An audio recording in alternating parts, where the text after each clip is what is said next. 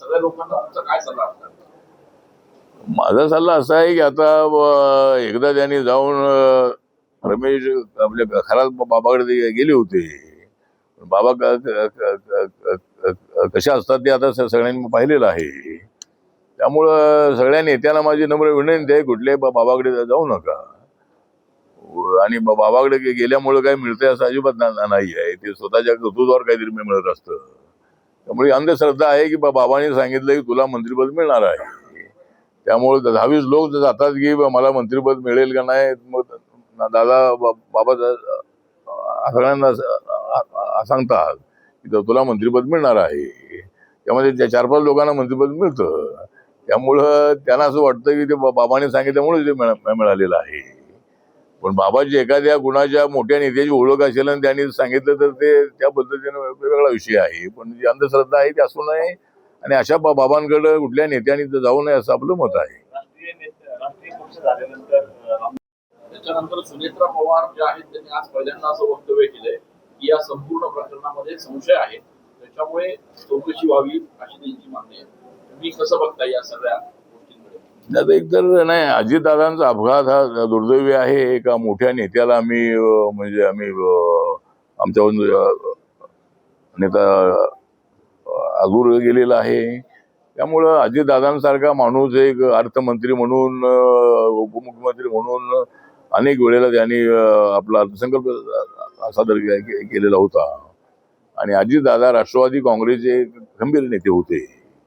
त्यामुळे त्यांच्या अपघाताची संपूर्ण चौकशी होणं अत्यंत आवश्यक आहे.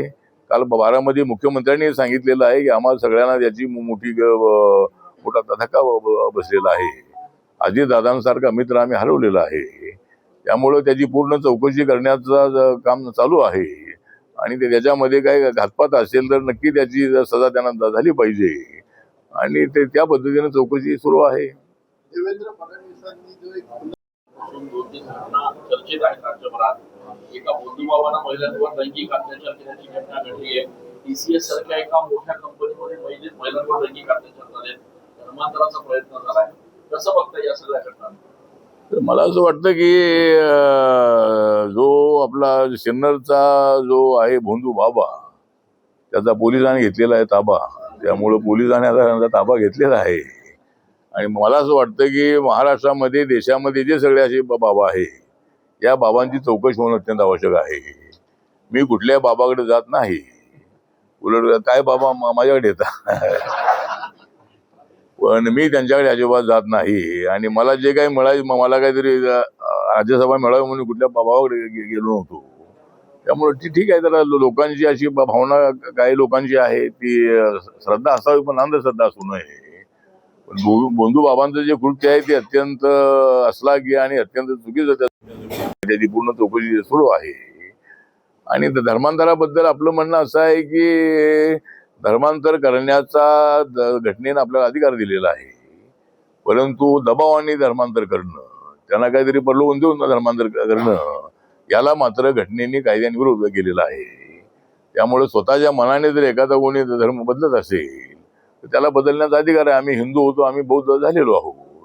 जर कोणी मुस्लिम एखादा पुन्हा हिंदू होत असेल किंवा हिंदू एखादा मुस्लिम होती असेल तर तो मनाने एखादा होत असेल तर ठीक आहे. पण जर अशा पद्धतीनं दबावाने किंवा प्रलोभनाने होऊ नये असं आपलं मत आहे. ना, धर्मांतराचा विषय नाही. हिंदू आहे ते सगळे हिंदूच आहेत, मुस्लिम आहे ते मुस्लिमच आहेत, ख्रिश्चन आहे ते ख्रिश्चनच आहेत, बौद्ध आहे ते बौद्धच आहेत, जैन आहे ते जैनच आहेत.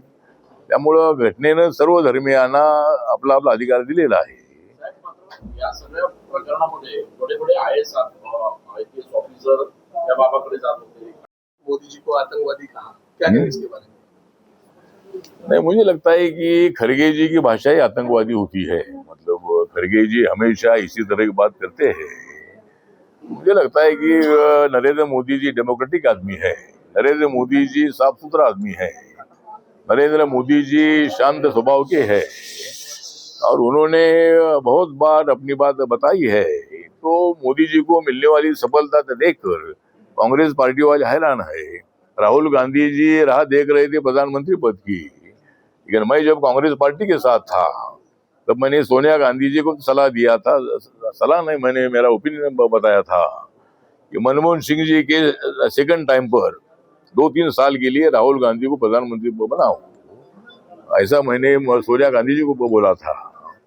लेकिन अभी वातावरण चेंज हो गया है और नरेंद्र मोदी जी और भी मजबूत है।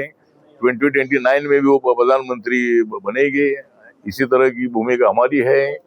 तो इसीलिए मतलब कांग्रेस पार्टी हैरान है कि भाई इतना ये कि क्यों ऐसा कर रहे हैं। अभी ईवीएम मशीन तो कांग्रेस पार्टी ने लाई है, हमने तो थोड़ी लाई है। कांग्रेस पार्टी के जमाने में ईवीएम मशीन आई है, तो हम ईवीएम मशीन में ऐसा कुछ करते हैं, ऐसा इसी तरह के आरोप करते हैं। इसीलिए मुझे लगता है कि जितनी मतलब मैंने तो पार्लियामेंट में बोला है कि नरेंद्र मोदी जी को जितनी देनी उतनी दे दो गाली, नरेंद्र मोदी जी को जितनी देनी उतनी दे दो गाली, लेकिन सारे देश के नरेंद्र मोदी है वाली। तो मतलब नरेंद्र मोदी जी सबके नेता है, जिसको गाली देना है जिसका मुंह बंद नहीं कर सकते हैं। लेकिन खड़गे साहब को मैं बताना चाहता हूँ, जिस कांग्रेस पार्टी ने आपको अध्यक्ष बनाया है, उस कांग्रेस पार्टी ने कर्नाटक का मुख्यमंत्री आपको नहीं बनाया था। आप वहां के सीनियर नेता थे, लेकिन दूसरे नए लोगों को लाकर वहां मुख्यमंत्री बनाया, लेकिन खड़गे साहब को मुख्यमंत्री नहीं बनाया। इसीलिए सारे लोग कांग्रेस पार्टी छोड़कर बीजेपी में आ रहे हैं। तो खड़गे साहब भी हमारा निवेदन है कि अगर आपको बीजेपी में नहीं जाना है तो आप आरपीआई में आइए। तो ये मैं उनको आह्वान करना चाहता हूँ। वो हमारे समाज के बड़े नेता है, उन्होंने गुलबर्गा में उन्होंने बहुत बड़ा विकास भी किया है। वहाँ एक बुद्ध धम्म का एक बहुत ही बड़ा सेंटर उधर उन्होंने बनाया है। तो वो हमारे सीनियर नेता है, हमारे समाज के है। तो वो बोलते रहते हैं, अभी हम किसका मुंह बंद नहीं कर सकते। चलो, हाँ, आभार।